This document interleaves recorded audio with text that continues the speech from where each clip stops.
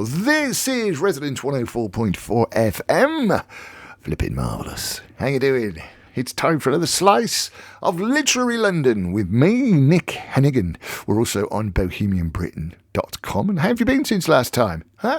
Good. I'm glad about that. I'm glad to hear it. Yeah, me too, yeah. If you'd like to get in touch at any point, by the way, I should normally mention this at the end of this show. I should perhaps mention it earlier. Then please feel free to do so. You can email. I've got two emails, actually, just to confuse it. Shall I confuse it? Yeah. radio@mavericktheatre.co.uk. radio@mavericktheatre.co.uk. Or you can now get me at Nick, N-I-C-K, at bohemianbritain.com. Ooh, yeah. Me, Nick, at bohemianbritain.com, if you would like to. And I've had some brilliant emails and new books from new writers as well, which I'm going to try and get round to in the next few weeks, hopefully before Christmas. And if you've written anything, or if you've got an event happening that you think the very refined audience of Literary London and Bohemian Britain would be interested in, then please do get in touch. We've actually got a new studio at Resonance FM, kind of down by south of the river again, not in London Bridge anymore. And I've only popped in there once. I'm actually recording this from my remote studio, as you can tell. What? Yeah, 2 sugars, thanks. No, I'm only joking. I don't have sugar in my tea anyway. So we are sort of up and running again, which is kind of cool. And we're celebrating someone, well, I say quintessentially English. Would you say that? I think probably so, because we're celebrating the birthday of none other than James Graham Ballard. J.G. Ballard, born 15th of November 1930.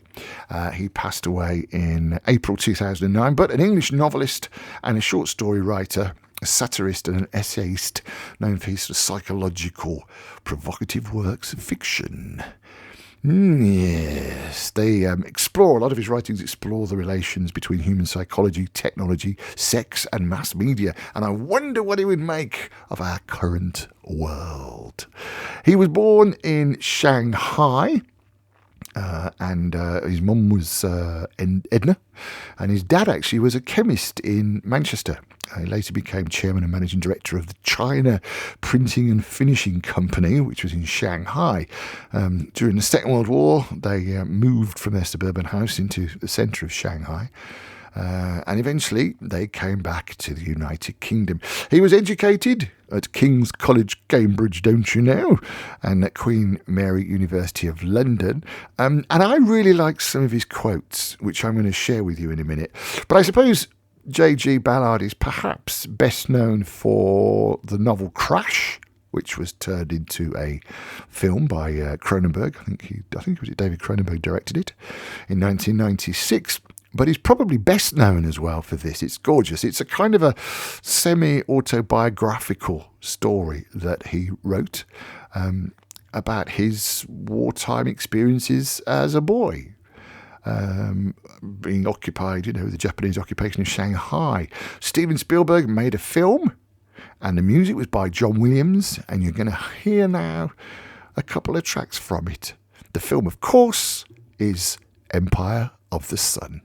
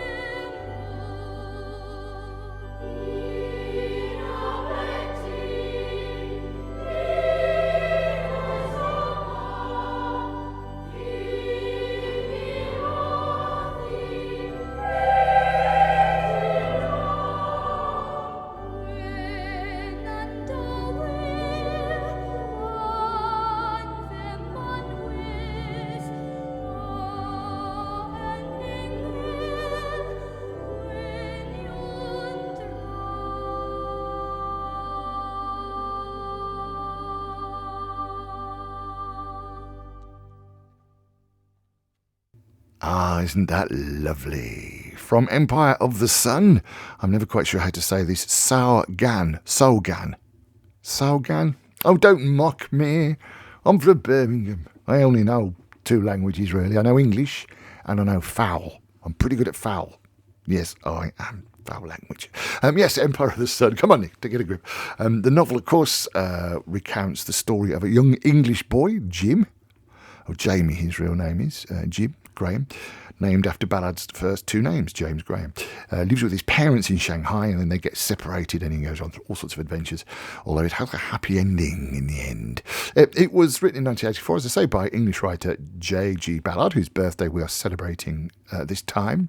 It did all right as a book, awarded the Guardian Fiction Prize, the James Tate Black Memorial Prize, and was shortlisted for the Booker Prize as well.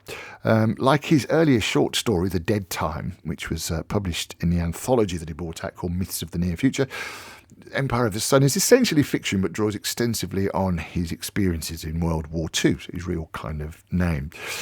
He also wrote later of his experiences in China as a boy and the making of the film of the same name in his autobiography called Miracles of Life. So a successful book. The actual book was adapted. The script was by Tom Stoppard. Good old Tom. Hey, Tom Stoppard in 1987. The screenplay was filmed by Steven Spielberg, of course, to critical acclaim. It was nominated for 6 Oscars, don't you know, and it won 3 BAFTA awards for cinematography, music and sound. It starred a then 13-year-old boy called Christian Bale, who would go on to do great things, as well as John Malkovich and the rather wonderful Miranda Richardson. And the music, of course, was created and composed and conducted here by John Williams.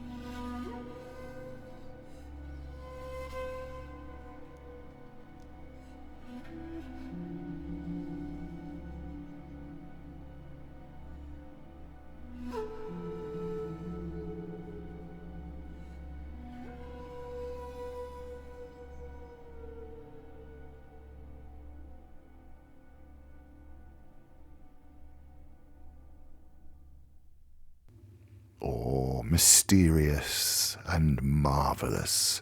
From the film Empire of the Sun, that was John Williams, and a track called The Return to the City. J.G. Ballard, we're celebrating his birthday, born in November. He's got an interesting kind of life anyway. So, as I say, he was born in November 1930. They left Shanghai during the war. So in late 1945, J.G. Ballard's mother returned to Britain with J.G. and his sister. They went to Plymouth, and they were there for a while. And then he actually went to university to study medicine at King's College, Cambridge. He was aiming to be a psychiatrist. And at university, he wrote avant-garde fiction, which was sort of influenced by psychoanalysis, which I guess was a fairly new, popular emerging science at the time. Also, the works of surrealist painters. And he pursued fiction writing and carried on with medicine as well. In his second year at Cambridge, in May 1951 it was, the story The Violent Noon was a sort of pastiche of Hemingway. It won a crime story competition and was published in the Varsity newspaper. So he was a bit encouraged by this. In October 1951, he understanding that clinical medicine wasn't going to allow him time to write.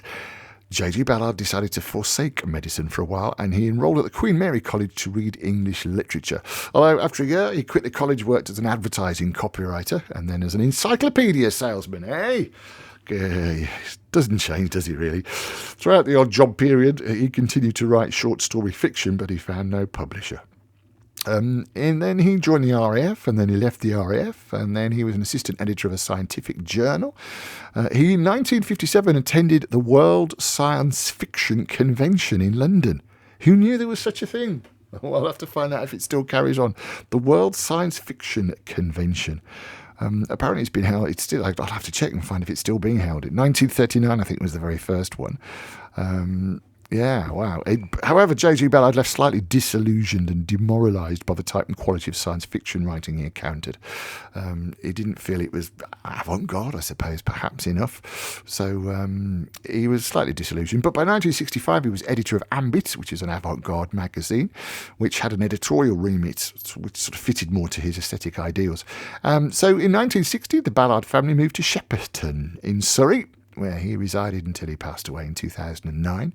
And so decided to become a professional writer. J.G. Ballard forsook mainstream employment to write his first novel. During a fortnight holiday, he quit his editorial job with the Chemistry and Industry magazine.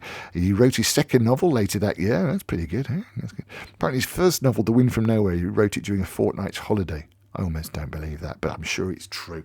The Drowned World was also published. These two novels established Ballard as a notable writer of the kind of new wave science fiction. So he had an up and down career. I quite like some of the quotes. Let me see if I can find these quotes, because he's got some fabulous quotes, really. And if you're a writer, which chances are you might well be, you might identify with some of these. He was... I have to say, working mainly in science fiction, and his quotes, I'll give you some of these quotes because they are rather marvellous. Once it gets off the ground into space, he said, all science fiction is fantasy. And I'm working at the moment, you may know, if you're a regular, I'm working on a thing called George Holmes and the Seven Dimensions, which is a kind of a sci-fi fantasy thing where little George Holmes is a slightly bruised, bullied 12-year-old boy, has to save the world. The parents disappear, all the adults disappear in the world. And someone said to me, I had a conversation last week in a pub. Yeah, I know, I went to the pub. I do occasionally. Oh, yes. Saying, is it sci-fi or is it fantasy? And I wasn't quite sure. And then I came across this quote by J.G. Ballard. Once it gets off the ground into space, all science fiction is fantasy. I quite like that. If you're a writer as well, his quote, another quote from J.G. Ballard, I've never suffered from writer's block, he said. I have plenty of ideas, sometimes too many. I've always had a strong imagination. If it dries up, I'll stop and look for another career. I suppose he could have gone back into medicine, perhaps. Another great quote, and if you're a writer, you might appreciate this as well. I wouldn't recommend writing. You can be a successful writer and never meet another soul. I'm not sure that's a good thing. I do know that the convention is that if you are a writer, you should join writers' groups. I kind of understand that as well, because it's quite a solitary It can be quite solitary, can't it? I quite like this as well, and it might be encouraging for you as a writer. Sooner or later, said J.G. Ballard, everything turns into television. However, he also said, any fool can write a novel, but it takes a real genius to sell it. Yes, I can relate to that as well. And I've been having a bit of a debate. I don't know if you're a writer at all, but I've been having a little bit of debate with myself about writing longhand again. Yeah, you know, going old school. So actually, J.G. Ballard did that. Well, of course, he's from a different era, isn't he? But he's a quote from him. He said, the first drafts of my novels have all been written in longhand, and then I type them up on my old electric typewriter. I have resisted getting a computer because I distrust the whole PC thing. I don't think a great book has yet been written on computer. Yeah, okay, that was a while ago, JJ. I think you might have had to change your tune on that one now. I also quite like this if you're a writer and thinking about work. He wrote, I work for 3 or 4 hours a day in the late morning and early afternoon. Then I go out for a walk and come back in time for a large gin and tonic. There's a man. And I'll end with this one because it's quite a long quote, but he said, we live in a world ruled by fictions of every kind. Mass merchandising, advertising, politics conducted as a branch of advertising, the instant translation of science and technology into popular imagery, the increasing blurring and intermingling of identities within the realm of consumer goods, the preempting of any free or original imaginative response to experience by the television screen. We live inside an enormous novel. Well, yes, he would have been even more, I think, aware of that, were he still around today. J.G. Ballard, whose birthday we've been celebrating, born the 15th of November 1930. He passed away on the 19th of April in 2009. I'm Nick Hennegan. This is Literary London on Resonance 104.4 FM. We're also on bohemianbritain.com. And another writer's birthday that I think we should mark, and it's kind of in a similar vein, is none other than Margaret Eleanor Atwood. Yes, Margaret Atwood, born on November the 18th in 1939. She was born in Canada, Canadian. She didn't actually attend school full-time until she was 12 years old. So she spent much of her childhood in the backwoods of northern Quebec. She was a brownie in the Girl Guides of Canada, and she realised she wanted to write professionally when she was 16. So in 1957, she began studying at Victoria College in the University of Toronto. And of course, Wolf Hall is currently gracing the television screens in the United Kingdom at the moment. And she's probably most famous for her book, The Handmaid's Tale, which was turned into a television series and featured some kind of stunning music, which is half horrible and half brilliant. You'll see what I mean.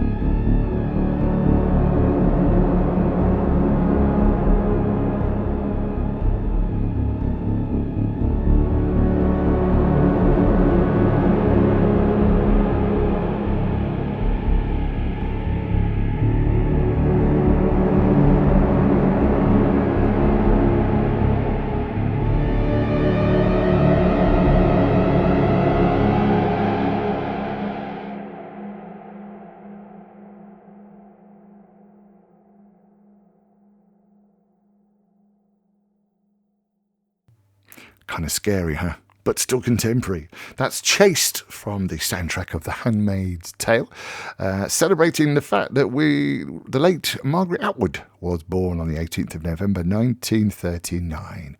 She's got some great quotes too. One is, "Stupidity is the same as evil if you judge by the results." She also said, another great quote, "War is what happens when language fails." She also said, "I read for pleasure, and that is the moment I learn the most."